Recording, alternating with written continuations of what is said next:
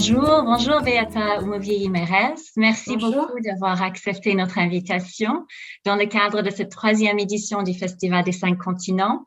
C'est co-organisé par l'Organisation internationale de la francophonie et la Maison française de NYU. Et cette année, le thème est rencontre et le thème de la Journée internationale de la francophonie est femmes francophones, femmes résilientes, qui est, je pense, très pertinente par rapport à votre livre, Tous tes enfants dispersés, qui est le lauréat du prix des 5 continents 2020. Vous avez un parcours vous-même qui est très international. Vous avez vécu sur 3 continents, 3 des 5. Vous êtes né à Butare, au sud du Rwanda. Vous avez passé votre enfance jusqu'en 1994, quand vous avez échappé au génocide des Tutsis au Rwanda. Vous avez ensuite fait vos études en France, entre Lille et Paris. Vous avez fait un DESS en développement et coopération internationale à la Sorbonne. Et j'ai cru comprendre que vous avez aussi fait un passage par mon pays, le Canada, à l'Université d'Ottawa. De retour en France, à Bordeaux, cette fois-ci, vous avez écrit votre premier recueil de nouvelles, Ejo, en 2015, suivi d'un deuxième, Lézard, en 2017. Les deux ont été récompensés de prix littéraires. Votre livre de poésie, Après le progrès, est publié en 2019. Et Tous tes enfants dispersés est votre premier roman.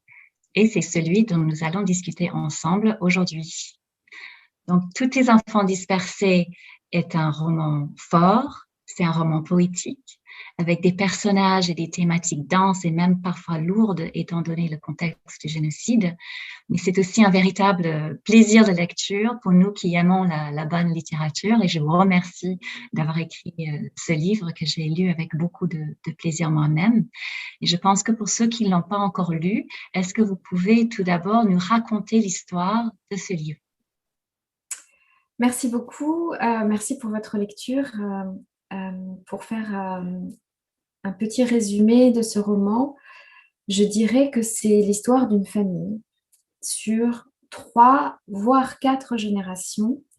Ça commence avec Immaculata, la mère, qui naît au Rwanda au lendemain des indépendances et qui est Tutsi et qui va aller à l'école des religieuses blanches et qui va croire en ce progrès des lendemains des indépendances dans ce Rwanda des années 60, 70. Elle épouse un Français d'abord, avec qui elle a une fille blanche qui est, je dirais, la deuxième voix du roman que l'on va entendre tout au long du roman. Mais elle va se séparer de cet homme, je ne rentre pas dans les détails, et avoir un deuxième enfant avec son amour d'enfance, d'adolescence plutôt, qui est Hutu, et cet enfant Bosco va les rejoindre dans cette famille, donc 3 personnes, et elle va les élever seule. Et arrive le génocide contre les Tutsis, Bosco part faire la guerre un peu avant, Immaculata supplie sa fille blanche de partir avec le convoi des Occidentaux qui quittent le Rwanda en avril 1994. Elle va survivre et toute l'histoire du roman va être quelque part comment les liens entre ces 3 personnes, et ensuite arrivera aussi la 3e génération qui est le petit-fils, l'enfant que va avoir Blanche une fois arrivée en France, comment cette famille-là va interagir, comment elle va réussir difficilement, mais néanmoins réussir à surmonter tous les silences, tous les chagrins, les traumatismes, en restaurant quelque part une parole et en ressuscitant des mots qui avaient été perdus. Et cela malgré la dispersion, malgré les deuils et malgré aussi, comme je disais, les silences. Merci, ça fait envie, j'espère, à ceux qui écoutent et qui ne l'ont pas encore lu. Et c'est, comme j'ai évoqué au début, c'est bien votre premier roman, même si nous retrouvons de la poésie dans le langage qui rappelle votre livre de poèmes et aussi l'intensité de vos nouvelles.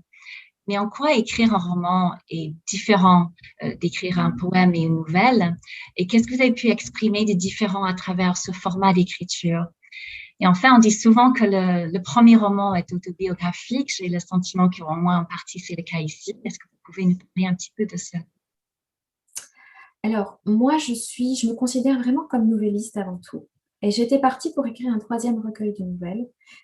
J'étais presque parfois irritée quand les gens me disaient « Alors Beata, quand est-ce que tu écris un roman ?» Parce que, alors c'est vraiment une spécificité française, mais le roman est la forme reine en dehors de laquelle, quelque part, on ne peut pas être un vrai écrivain, une vraie écrivaine. Ce qui n'est pas du tout le cas dans les pays anglo-saxons, dans les pays d'Amérique du Sud, je pense à la Russie. Enfin, Alice Munro, par exemple, vous qui êtes canadienne, vous savez que c'est essentiel. Elle a eu le prix Nobel, elle a essentiellement écrit des nouvelles. Donc, c'est quelque chose de très français et quelque part, j'hésitais à aller vers cette forme-là parce que ça paraissait tellement être un passage obligé et que moi, j'aime vraiment cette façon concise, très... oui, on va chercher la quintessence des choses quand on écrit des nouvelles. Néanmoins, quand j'ai commencé à penser à cette histoire, qu'elle m'a habitée de plus en plus, et j'en profite pour dire que ce n'est pas autobiographique, mais je me suis inspirée, je dirais pas non pas uniquement de mon histoire, mais des histoires de tous les métis et toutes les métisses que j'ai connues quand j'étais à Boutaré, avec des destins différents. Donc je pensais à toutes ces personnes-là et ça a commencé à former des personnages qui sont presque des mélanges de tout un tas de personnes, plus ce que j'ai pu vraiment concrètement ajouter de par mon imagination pure.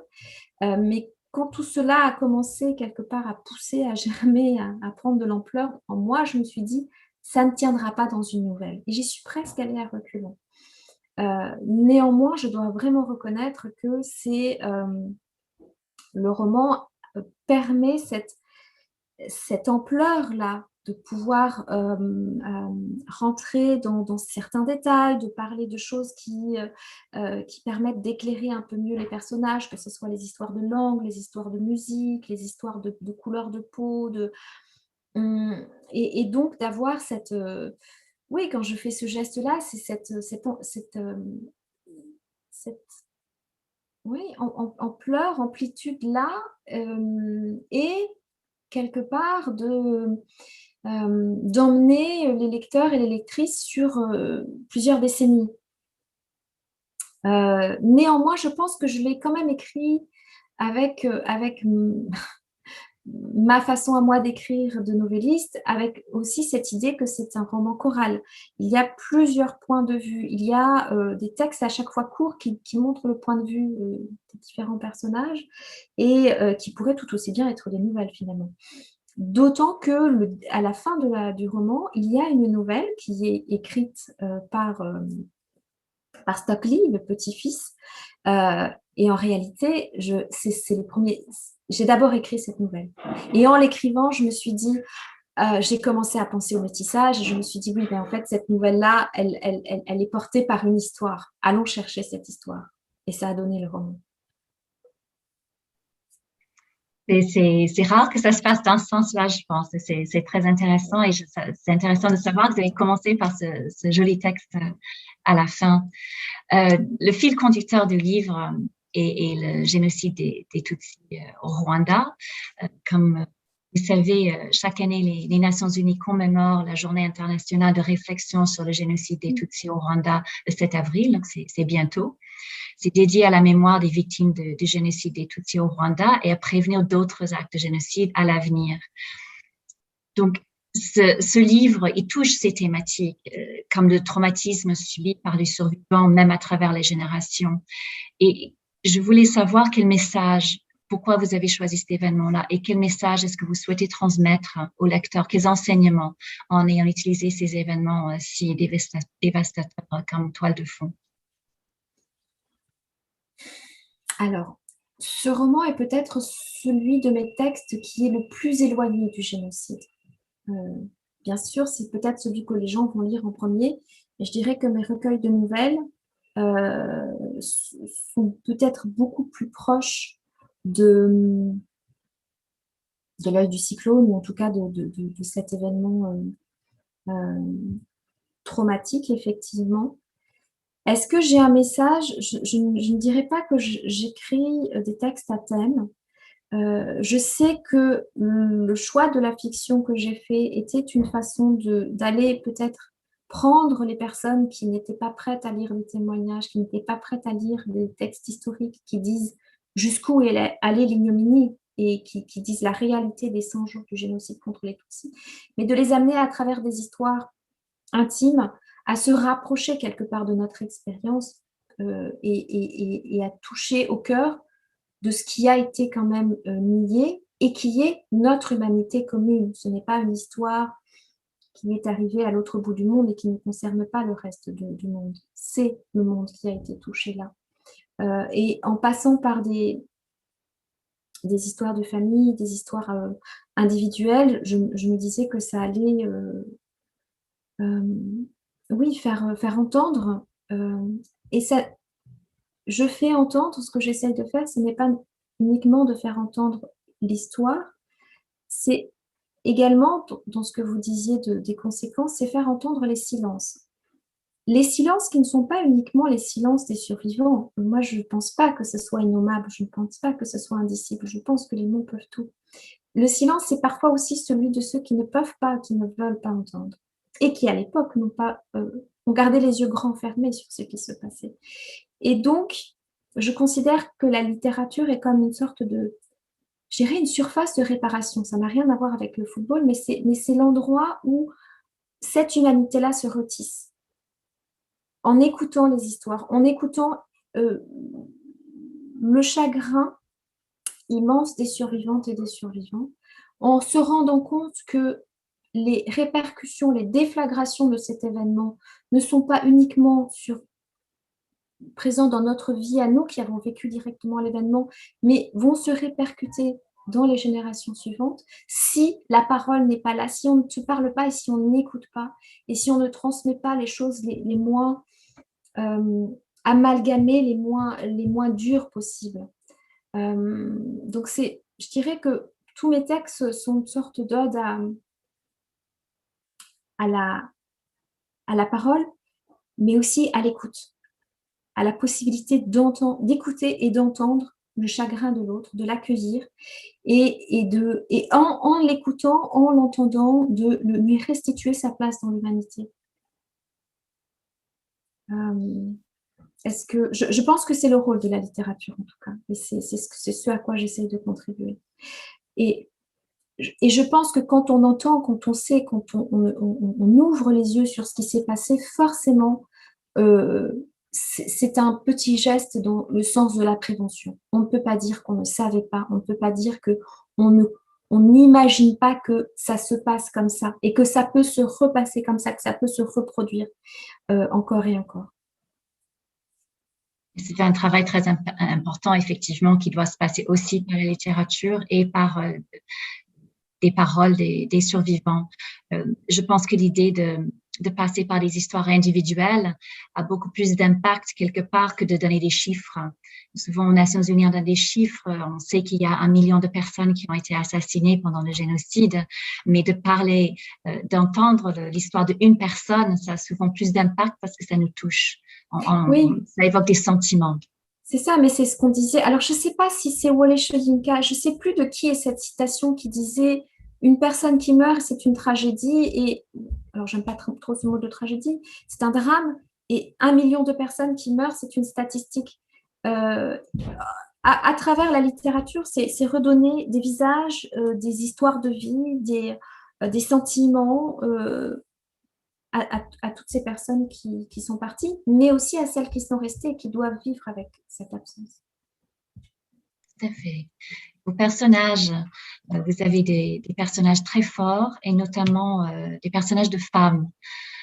Blanche et sa mère, Immaculata, sont des personnages extrêmement mémorables et très forts.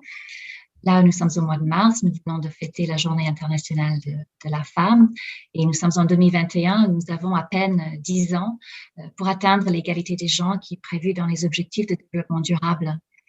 Les femmes, la maternité, la transmission, surtout par les femmes, semblent être des thèmes essentiels. Quoi? Alors moi, je fais partie de ces gens qui disent je suis féministe et je l'assume complètement, pas celles qui disent je ne suis pas féministe, mais je suis aussi très heureuse aujourd'hui de voir le regain du mouvement féministe partout dans le monde. Mais j'ai envie de dire quelque part, évidemment, comme je disais, mes textes ne sont pas des romans à thèse, des textes à thèse ou militants. Je milite par ailleurs sur le terrain, dans la vraie vie.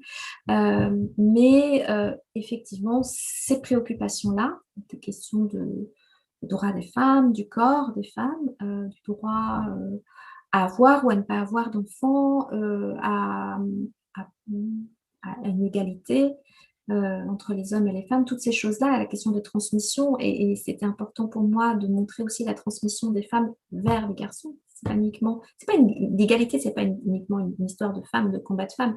Ça ne va marcher quelque part que si tout le monde s'y met, et que si la transmission vers les garçons est faite aussi de la façon la plus constructive possible.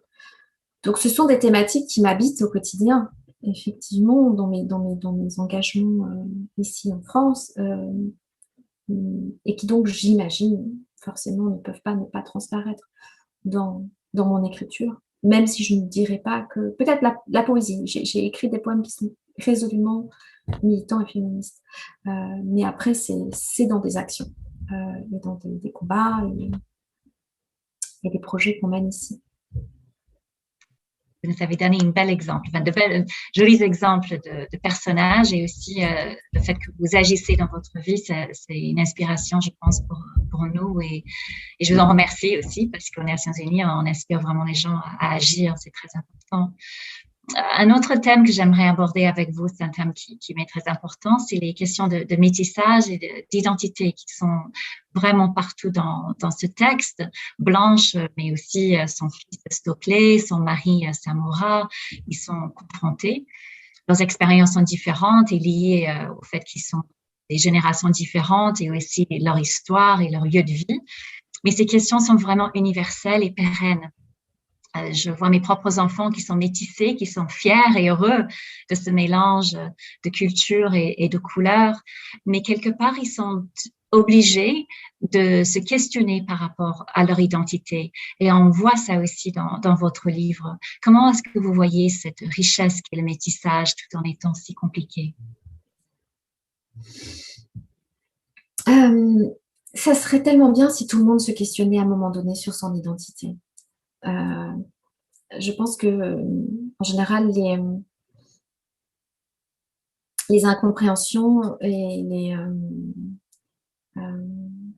les enfermements naissent du fait qu'on ne se regarde pas en face des autres, qu'on ne se voit pas dans le regard de l'autre, et qu'on prend tout pour acquis, ou forcément tout pour fermer.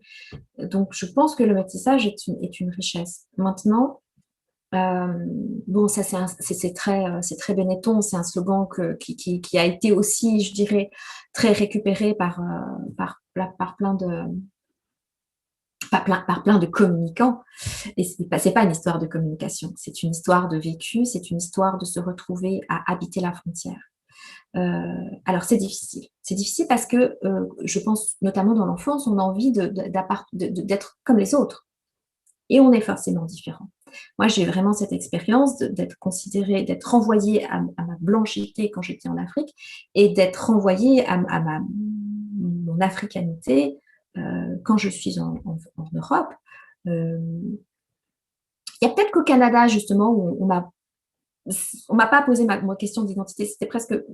Bon, après, j'étais dans une grande ville, je ne sais pas comment c'est dans les campagnes, j'étais à Ottawa. Mais c'est une façon d'habiter la frontière. On habite la frontière. Et de deux choses l'une. Soit on habite la frontière et on se pose à une guérite et on devient gardien d'une frontière et on ferme cette frontière. Soit on reste vraiment sur cette ligne. Et du coup, c'est une sorte d'équilibre constant puisqu'on est sur un fil. Mais en même temps, on peut regarder et on connaît ce qui se passe des deux côtés. Et alors, on devient passeur. Et à une heure où la question des frontières qui sont devenues des murailles, qui sont devenues des champs de barbelés, se pose aujourd'hui, être des gens qui se font passeurs, mais dans un bon sens du terme, hein, pas ceux qui prennent de l'argent pour laisser les gens au milieu de la Méditerranée, mais passeurs de culture, passeurs d'amour, passeurs de fraternité, de sororité, et aussi de connaissance de l'autre, c'est plutôt quelque chose que je considère comme une richesse. Néanmoins, ce que je montre dans le roman, c'est que au-delà du beau slogan c'est beau le métissage, c'est un parcours, c'est un apprentissage, c'est un cheminement qui peut être semé d'embûches et difficile dès lors qu'on vous enferme. C'est un roman qui est vraiment dans la déconstruction des représentations, des enfermements, et qui prône l'idée des identités choisies plutôt que celles qui sont imposées.